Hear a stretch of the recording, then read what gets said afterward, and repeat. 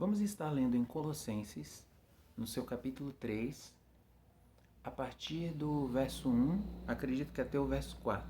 Colossenses, capítulo 3, do verso 1 até o verso 4, que diz assim: Portanto, se fostes ressuscitados juntamente com Cristo, buscai as coisas lá do alto, onde Cristo vive, assentado à direita de Deus. Pensai nas coisas lá do alto, não nas que são aqui da terra, porque morrestes e a vossa vida está oculta juntamente com Cristo em Deus. Quando Cristo, que é a nossa vida, se manifestar, então vós também sereis manifesto com Ele em glória. A princípio, Paulo ele já deixa claro a quem essa exortação ela é aplicável, né? Ele fala, portanto, se fostes ressuscitados juntamente com Cristo, pois se a pessoa não foi gerada de novo, ela é inimiga dessa passagem. Ela quer viver os prazeres mundanos. Ela tem o coração neste mundo. O coração dela não está no céu. O coração dela está neste mundo e na satisfação de suas concupiscências. Mas, se de fato são pessoas que foram geradas novamente em Cristo, Paulo ele fala, portanto, se fostes ressuscitados juntamente com Cristo, buscai as coisas lá do alto, onde Cristo vive, assentado à direita de Deus. Para compreender o que Paulo está dizendo aqui em Colossenses, vamos ler em Romanos, capítulo 6, o que significa esse ressuscitar com Jesus Cristo, né? Se a gente ressuscitou com Jesus Cristo, a gente deve pensar nas coisas que são do alto e não nas coisas terrenas. Romanos capítulo 6, a partir do verso 1, vai tratar a respeito disso com muita clareza. Romanos capítulo 6, verso 1 diz assim: Que diremos, pois? Permaneceremos no pecado para que seja a graça mais abundante? De modo nenhum. Como viveremos ainda no pecado, nós, os que para ele morremos? Ou porventura ignorais que todos nós que fomos batizados em Cristo Jesus, fomos batizados na sua morte? Fomos, pois, sepultados com ele na morte pelo batismo, para que, como Cristo foi ressuscitado dentre os mortos pela glória do Pai, assim também andemos nós em novidade de vida. Porque se fomos unidos com ele na semelhança de sua morte, certamente o seremos também na semelhança da sua ressurreição. Sabendo isto, que foi crucificado com ele o nosso velho homem, para que o corpo do pecado seja destruído e não sirvamos o pecado como escravo, porquanto quem morreu está justificado do pecado. Ora, se já morremos com Cristo, cremos que também com ele viveremos, sabedores de que, havendo Cristo ressuscitado dentre os mortos, já não morre, a morte já não tem domínio sobre ele. Pois quanto a ter morrido, de uma vez para sempre morreu para o pecado, mas quanto a viver, vive para Deus. Assim também vós considerai-vos mortos para o pecado, mas vivos para Deus em Cristo Jesus. Paulo está dizendo aqui que somos batizados na morte de Jesus Cristo, ou seja, o nosso velho homem ele é condenado juntamente com Cristo. Nosso homem era culpado e Jesus, ele, 2 Coríntios 5:21, eu cito muito esse texto, que ele é muito claro, que diz assim, Deus fez daquele que não tinha pecado o próprio pecado, para que nele nos tornássemos justiça de Deus. Então Deus ele puniu o pecado na carne, como vai dizer em Romanos 11, para que as justas exigências da lei se cumprissem em nós, que não vivemos segundo a carne, mas vivemos segundo o Espírito. Então o que Paulo está dizendo aqui? Fala, vocês foram sepultados com Jesus Cristo. O velho homem de vocês foi sepultado com ele, e assim como Jesus ressuscitou dentre os mortos, a morte não poderia reter, pois ele era justo. ele, pela sua ressurreição, né, nos concede uma nova vida. Aquele que está em Cristo, nova criatura é, as coisas velhas se passaram e eis que se fizeram coisas novas. E o verso 7 desse texto vai deixar muito claro que só é salvo quem nasceu de novo.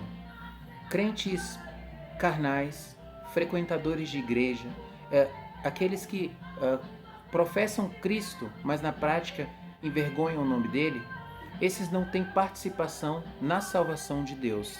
Porque o texto bíblico vai ser muito claro. Porquanto quem morreu está justificado do pecado. O que isso quer dizer? Quando o velho homem morre e a gente é gerado novamente, pois o propósito da cruz, né? Em 2 Coríntios 5,15 diz assim: ele morreu para que aqueles que vivem, na NVT ele vai dizer mais ou menos assim, para que aqueles que recebem a sua vida deixem de viver para si mesmo e vivem para aquele que por eles morreu e ressuscitou. Então, o propósito da cruz é esse. A fé genuína opera o novo nascimento. Então, aquele que não nasceu de novo, ele não creu de fato. E aquele que não creu, ele não foi justificado e ele permanece nos seus pecados, né? Então, o que Paulo está dizendo de Colossenses, ele fala, se vocês ressuscitaram com Cristo, ou seja, se vocês creram de fato em Jesus, então vocês foram batizados na morte de Jesus Cristo.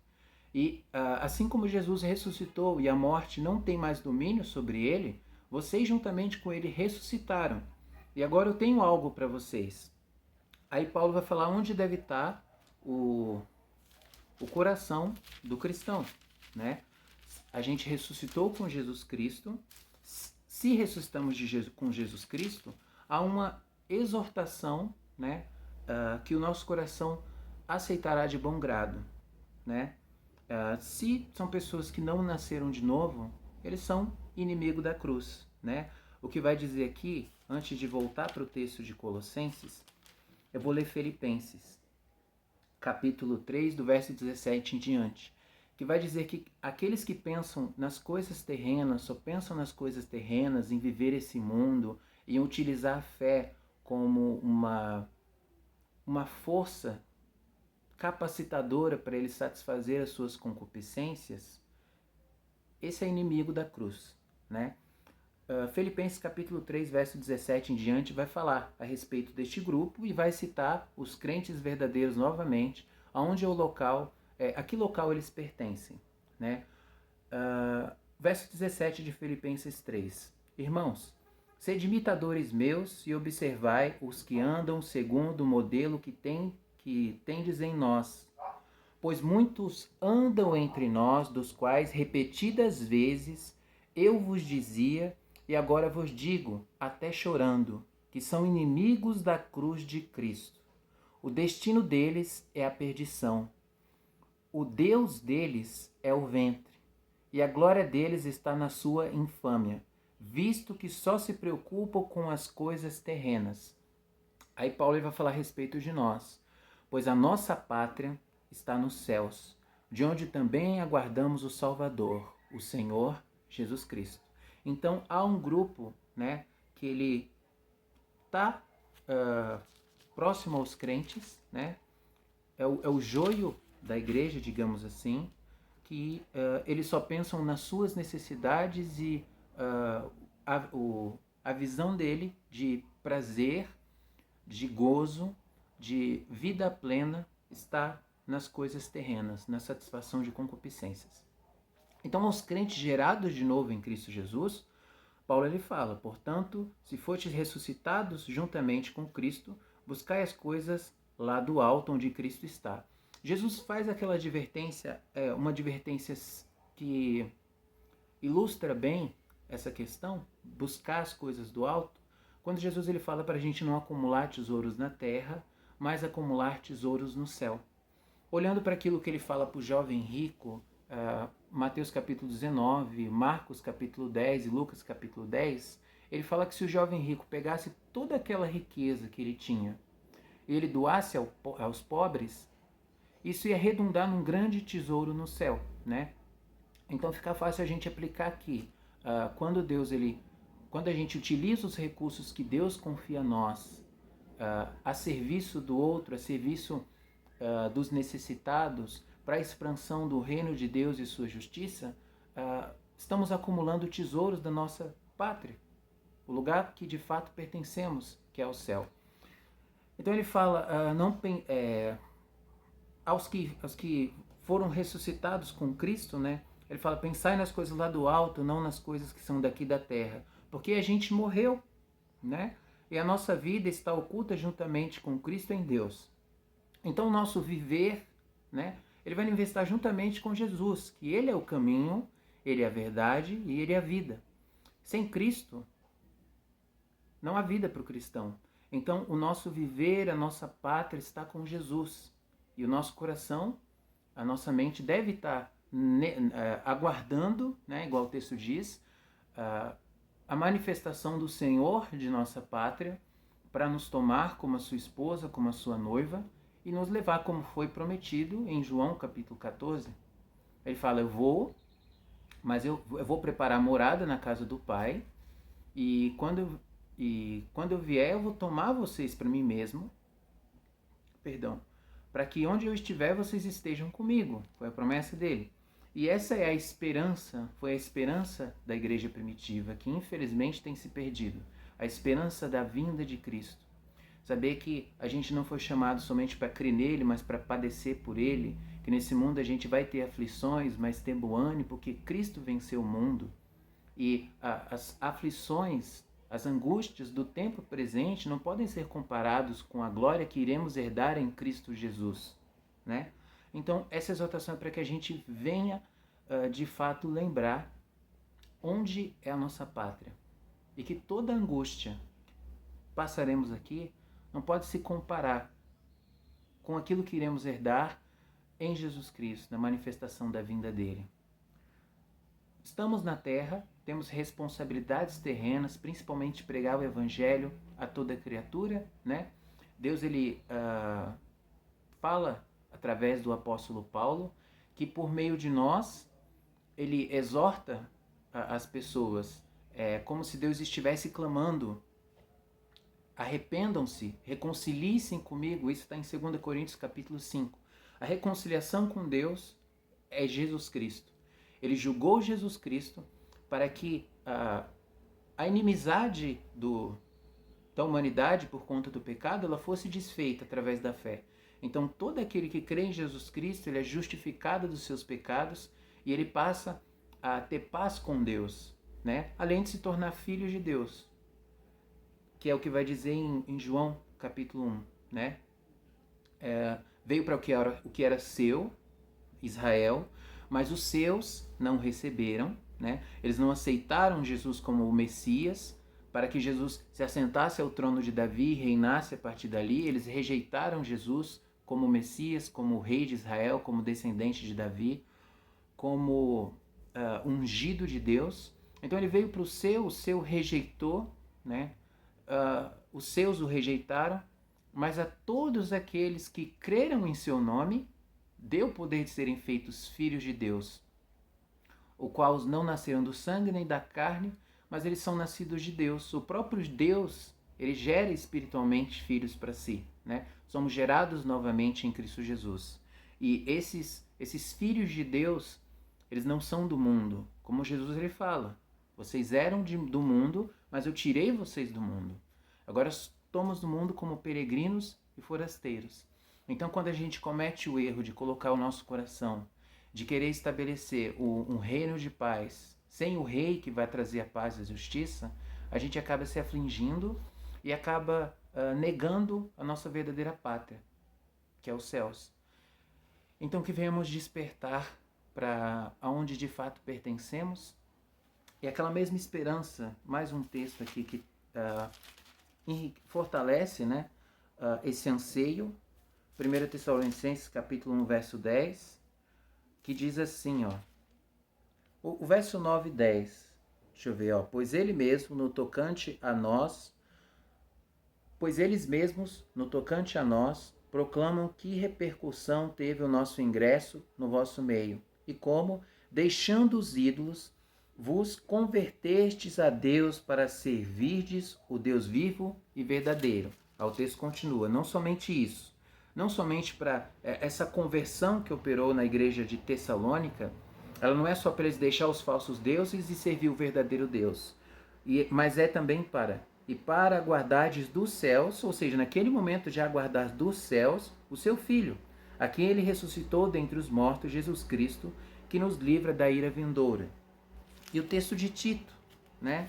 Mais um texto aí para a gente fortalecer em nossos corações a esperança que os discípulos, né, da igreja primitiva eles tinham e infelizmente tem se perdido, né?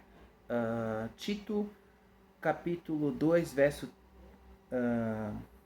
11 em diante, tá? Que diz assim: porquanto a graça de Deus se manifestou salvadora a todos os homens, educando-nos para que, renegadas a impiedade e as paixões mundanas, vivamos no presente século sensata, justa e piedosamente, enquanto aguardamos a bendita esperança e a manifestação da glória de nosso grande Deus e Salvador Jesus Cristo.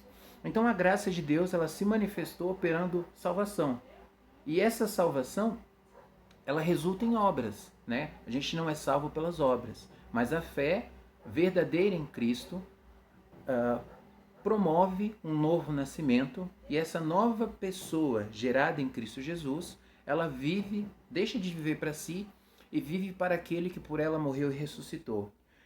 E essa pessoa, ela é educada por Deus para que, renegadas a impiedade e as paixões mundanas, ou seja, ela não vai mais correr atrás de paixões mundanas como ela fazia antes.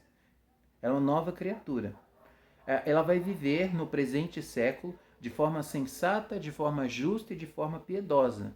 E ela vai viver dessa forma com o coração esperançoso, aguardando a bendita esperança e a manifestação da glória de nosso grande Deus e Salvador Jesus Cristo.